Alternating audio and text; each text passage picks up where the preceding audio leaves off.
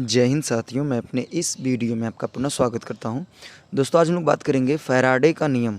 तो फैराडे का नियम जो ये है कक्षा 12 में भी है और कक्षा 10 में भी है। तो अगर आप कक्षा 12 के हैं तब भी आप इसको देख सकते हैं, और अगर आप कक्षा 10 के हैं तब भी आप इसको देख सकते हैं, क्योंकि ये कक्षा 10 की भी फिजिक्स में है और कक्षा 12 की फिजिक्स में तो है ही। तो चलिए आइए शुरू करते हैं।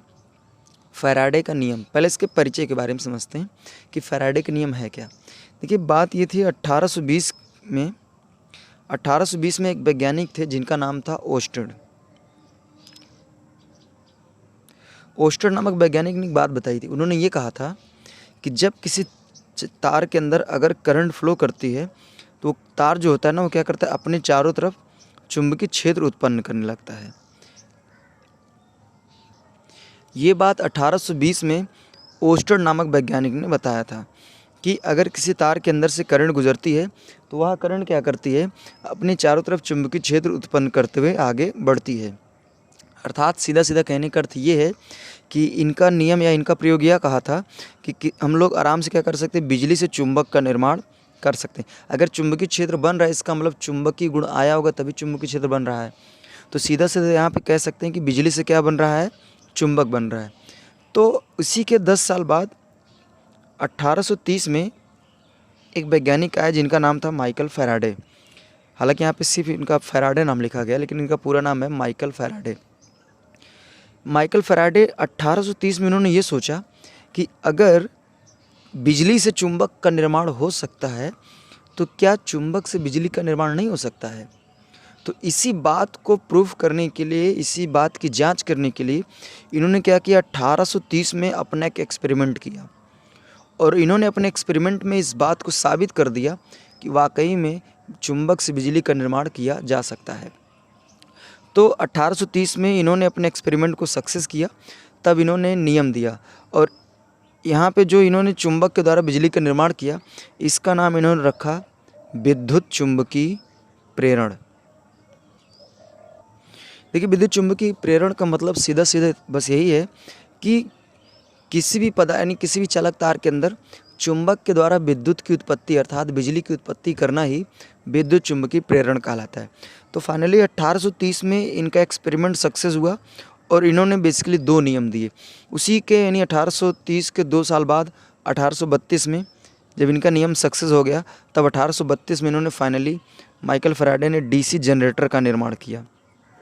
इन्होंने देखा कि चुंबक से बिजली का निर्माण हो सकता है, तो उसी के अपने एक्सपेरिमेंट के 2 साल बाद 1832 में फाइनली इन्होंने क्या किया, डीसी जनरेटर का निर्माण किया था।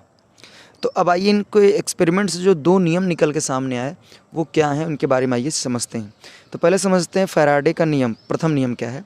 तो देखिए, प्रथम नियम में इन्होंने एक बात बताई। इन्होंने देखा, पहले एक्सपेरिमेंट ये किया कि जैसे मान लीजिए इन्होंने लिया एक चालक तार ले लीजिए, या फिर आप कोई कुंडली ले सकते हैं। जैसे मान लीजिए हमने चालक तार ले लिया, और इस चालक तार को हमने क्या किया, एक गैल्वेनोमीटर से कनेक्ट किया, और यहाँ पे इन्होंने क्या किया, पहले नंबर एक चुंबक लिया।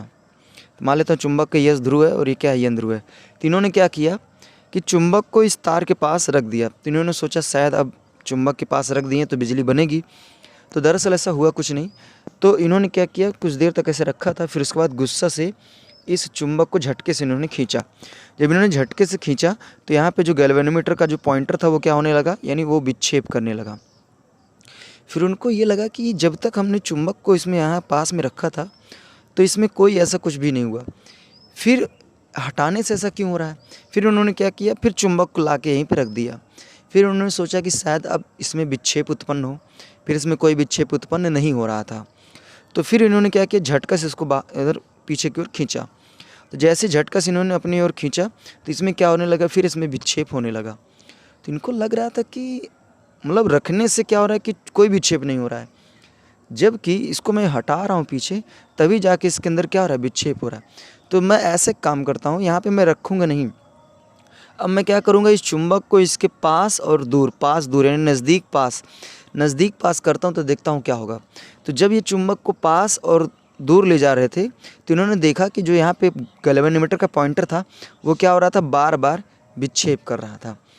तो इनको एक निष्कर्ष निकल के सामने इनके आया कि अगर चुंबक से अगर आपको बिजली को पैदा करना है तो आपको क्या करना पड़ेगा, चुंबकीय बल रेखाओं में परिवर्तन करना पड़ेगा। मतलब ये है कि जब देखिए चुंबक, यहाँ से चुंबकीय बल रेखाएं निकलती हैं, आपने जाना है चुंबक के उत्तरी ध्रुव से निकलती हैं, दक्षिणी ध्रुव में प्रवेश करती हैं। तो अगर चुंबक को दूर ले, जैसे मतलब इसमें कोई ज़रूरी नहीं कि एक ही निकलेंगी, इसमें कई सारी चुंबकीय बल रेखाएं निकलेंगी, हज़ारों करोड़ों निकल सकती हैं, सैकड़ों निकल सकती हैं, कई चुंबकीय बल रेखा निकलेंगी। तो इन्होंने ये देखा कि अगर चुंबक को ज़्यादा पास ले जाएंगे तो इस तार से चुंबकीय बल रेखाएं ज़्यादा कनेक्ट होंगी, और अगर दूर ले जाएंगे तो इनसे क्या होगी, चुंबकीय बल रेखाएं कम कनेक्ट होंगी। जिस वजह से इसमें देखा गया कि चुंबकीय बल रेखाओं में क्या होगा, परिवर्तन होगा। और चुंबकीय बल रेखाओं में परिवर्तन होने से इस कुंडली या कह सकते चालक तार में क्या उत्पन्न हो जाती है, धारा। तो बेसिकली इनका प्रथम नियम यही है। और एक चीज़ आपको मैं ये बता दूं कि इसमें कोई ज़रूरी नहीं है कि चुंबक को ही आप दूर पास ले जाइए, आप चालक तार को भी दूर पास ले जा सकते हैं, या फिर चालक तार को दूर पास ले जाइए, या फिर इसी में से अप डाउन करिए, यानी बार बार इन चुंबकीय बल रेखाओं को काटिए, तब भी इसमें क्या हो जाएगा, इस चालक तार के अंदर इस चालक तार के अंदर विद्युत का गुण आ जाएगा। तो सीधा सीधा यहाँ पे या तो चुंबक को आप आगे पीछे करिए, या तो कुंडली को आगे पीछे करिए, या इसी कुंडली को इसी में बार बार चुंबकीय बल रेखाओं से कट कराइए, यानी काटिए, तब इन सभी दशाओं में इनमें क्या उत्पन्न हो जाएगा, विद्युत उत्पन्न हो जाएगा। अगर यदि हम फैराडे के प्रथम नियम को लिखना चाहें तो कैसे लिखेंगे, तो इसमें आप यही लिखेंगे कि जब हम किसी चुंबक को कुंडली या किसी चालक तार के समीप ले जाएं या उससे दूर ले जाएं, या फिर चालक तार को कुंडली के समीप ले जाएं या दूर ले जाएं, या फिर चालक तार को चुंबकीय बल रेखाओं में बार बार कट कराएं, तो इन सभी दशाओं में इसमें क्या हो जाएगा, इस चालक तार के अंदर एक ऊर्जा उत्पन्न हो जाएगी, जिससे हम लोग कहते हैं विद्युत वाहक बल। यदि मान लीजिए इस चालक तार को आप किसी स्रोत से या फिर गैल्वेनोमीटर या फिर किसी उपकरण से अगर आप कनेक्ट कर देंगे तो इसमें क्या प्रवाहित होने लगेगी, धारा प्रवाहित होने लगेगी। अब यहाँ पे देखिए जो विद्युत वाहक बल उत्पन्न हुआ है उसका नाम वैसे रखेंगे प्रेरित विद्युत वाहक बल, और इस विद्युत वाहक बल की वजह से जो इसमें करंट फ्लो करेगी उसका नाम रखा जाएगा प्रेरित धारा। तो उम्मीद करूंगा प्रथम नियम क्या है समझ में आया होगा। तो एक बार फिर समझ लीजिए, यहाँ पे देखिए आप चुंबकीय बल रेखाएं बोल सकते हैं या फिर फ्लक्स भी आप कह सकते हैं।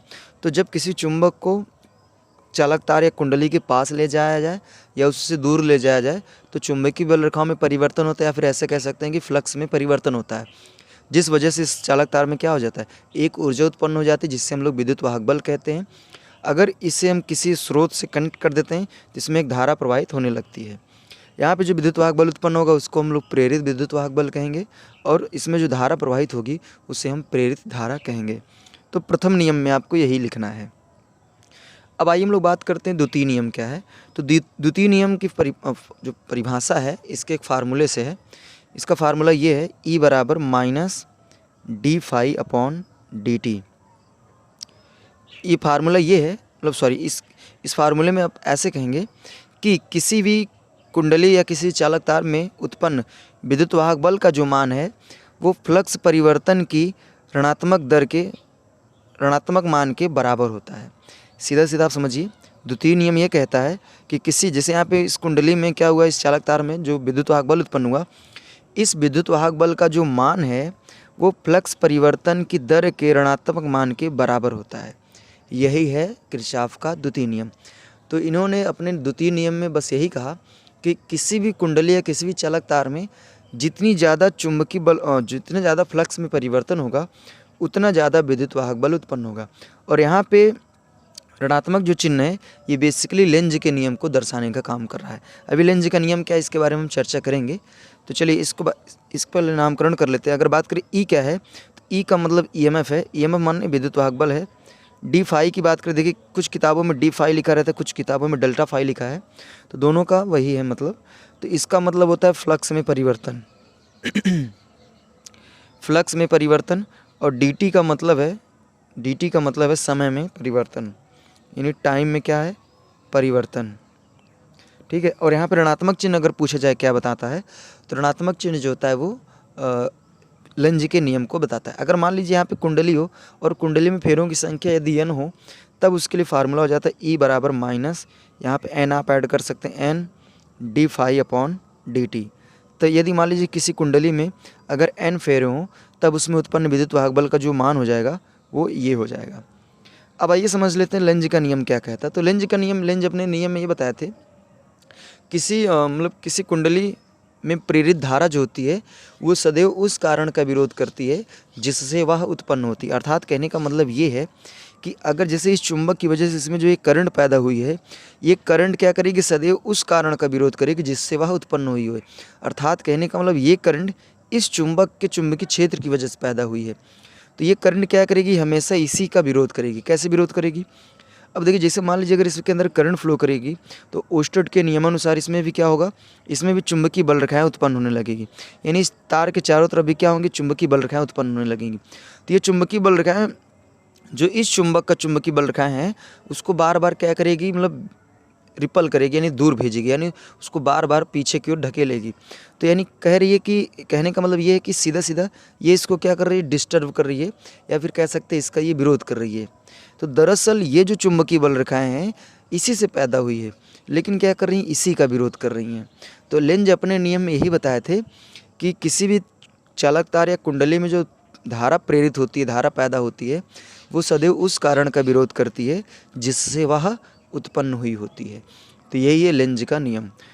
तो उम्मीद करूँगा आज के इस वीडियो में मैंने बात किया फैराडे का नियम क्या है, फैराडे के नियम के साथ साथ मैंने लेंज के नियम के बारे में भी बात की। तो उम्मीद करूँगा ये सारा कुछ आपको समझ में आ गया होगा।